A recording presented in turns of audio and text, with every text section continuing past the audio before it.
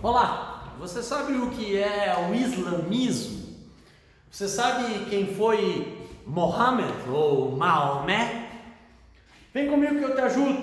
Vamos estudar um pouquinho, vamos aprender um pouquinho sobre essa que é uma das maiores religiões do mundo. Hoje, aproximadamente 23% da população mundial se declaram muçulmanos. E a ideia nesse pequeno vídeo é te mostrar um pouco sobre o islamismo, sobre a origem do islamismo. Então, a origem do islamismo, ela é uma origem comum às outras religiões monoteístas do mundo, como o cristianismo, como o judaísmo. E o elo de ligação entre eles está na figura de Abraão. Abraão é chamado de o patriarca dessas religiões. Por quê? Porque a princípio Abraão então vivia na região da Mesopotâmia e ele vai ter uma conversa com Deus. Que Deus é esse? Javé. Javé vai dizer para ele que ele deve procurar a terra prometida. Então Abraão leva o seu povo a Canaã. E lá em Canaã ele acaba casando-se com a Sara, onde ele vai ter o seu filho chamado Isaac. Mas antes dele conseguir ter o filho com a Sara, ele vai acabar tendo um outro filho.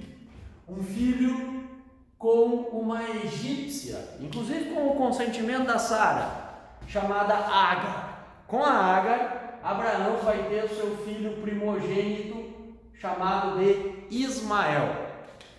Ismael e a Agar vão acabar saindo do acampamento onde eles vivem, a princípio perseguidos, a princípio não aceitos mais pela comunidade, nem pelo próprio Abraão, nem pela própria Sara, e eles vão percorrer o deserto em direção a o que hoje seria a Península Arábica.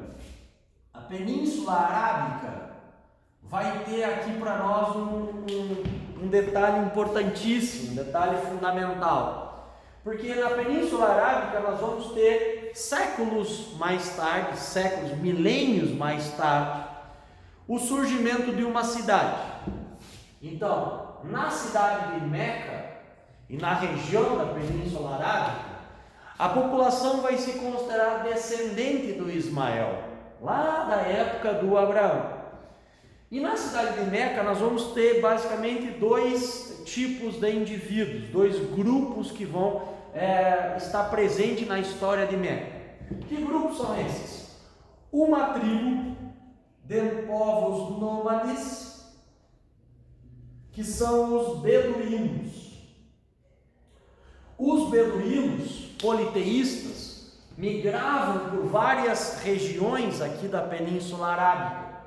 E eles, inclusive, entravam em Meca sem grandes problemas. Meca era uma cidade dominada por comerciantes. Esses comerciantes, olha só, tu pode inclusive fazer uma associação aqui, ó. Comerciantes vão ser os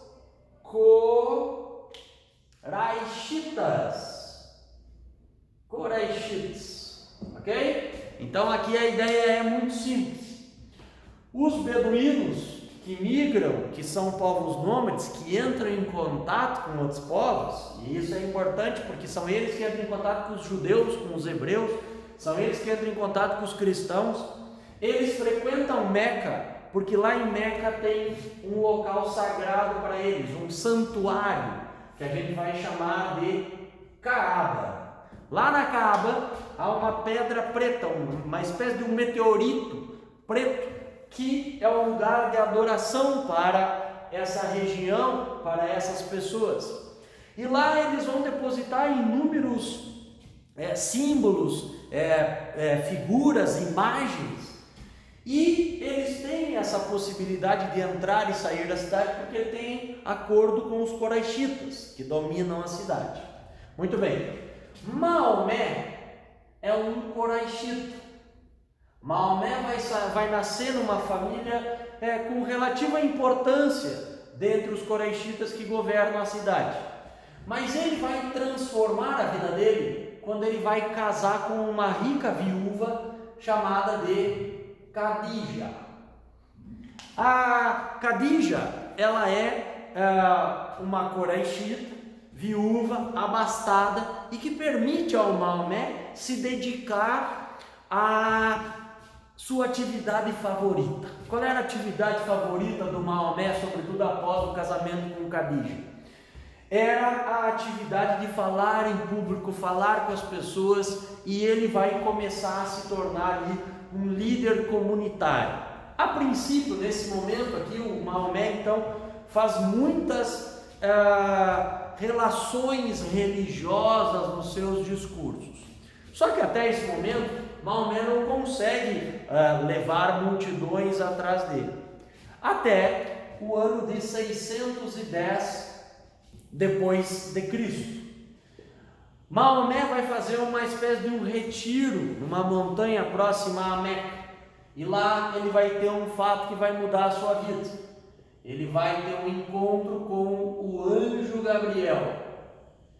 Anjo Gabriel, aquele mesmo que apareceu para Maria, vai aparecer para o nosso amigo Maomé e vai dizer que Maomé é o último mensageiro de Deus, ou seja, o último profeta. Segundo os muçulmanos, existiram 4 grandes profetas. Abraão falou com Deus, Moisés falou com Deus quando recebeu os mandamentos, Jesus de Nazaré, vejam que eles consideram Jesus na sua história, não como filho de Deus, mas como o terceiro grande profeta, e o 4º grande profeta, Maomé. Maomé então vai começar a fazer essas pregações lá em Meca, agora com um certo respaldo. Ele falou com o anjo Gabriel e ele começa a difundir a ideia de que ele é então esse último profeta.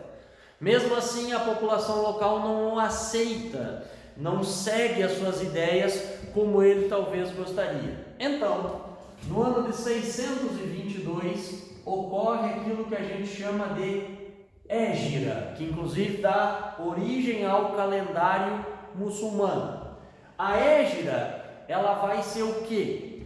É a peregrinação que o Maomé faz da cidade de Meca até a cidade de Yathrib, ou a cidade de Medina. Nessa peregrinação que ele faz de Meca a Medina, é que ele se convence do culto monoteísta, ele passa a visualizar Alá, né? A figura desse único Deus, dessa divindade, que inclusive é o mesmo Deus do Abraão, que é Javé, que é o mesmo Deus que depois vai ser o Deus de Jesus Cristo, ou seja, o Deus dos hebreus, dos judeus, o Deus dos cristãos e o Deus dos muçulmanos é a mesma figura, mas aqui ele passa a intitular então esse Deus de Alá, e ele vai cada vez mais convencendo a população da sua fé, e ele começa a fazer aqui registros das mensagens que Deus então enviava para ele. Essas mensagens vão dar origem ao que a gente chama de o Alcorão. E o Alcorão então vai começar a cada vez unir mais essas tribos, essas pessoas de interesses diferentes. Até que no ano de 630 Maomé retorna a Meca, conquista definitivamente Meca, e 2 anos depois, no ano de 632, Maomé acaba morrendo. É a morte dele. A morte de Maomé é extremamente significativa. Por quê? Com a morte dele e com as leituras cada vez mais profundas sobre as mensagens que ele deixou, o islamismo consegue fazer um feito que nada antes tinha conseguido fazer: a unificação das tribos, dos povos árabes. Esses povos que viviam então aqui na Península Arábica. A partir daí inicia o período dos califados. Pode ser com K, pode ser com C, ali não vai mudar nada. Esses califas são os chefes religiosos e políticos após Maomé. O primeiro califa vai ser, não é hereditário aqui, tá? Vai ser um amigo do Maomé. Mas vai ser na sucessão para o quarto califa que nós vamos ter o surgimento de uma coisa muito importante, a divisão desses povos em dois grupos. Que grupos? Os partidários de Ali, que são que é primo de Maomé, que vão passar a ser chamados de xiitas, e os partidários de Muawiyah, que é o governador da cidade de Damasco, na Síria.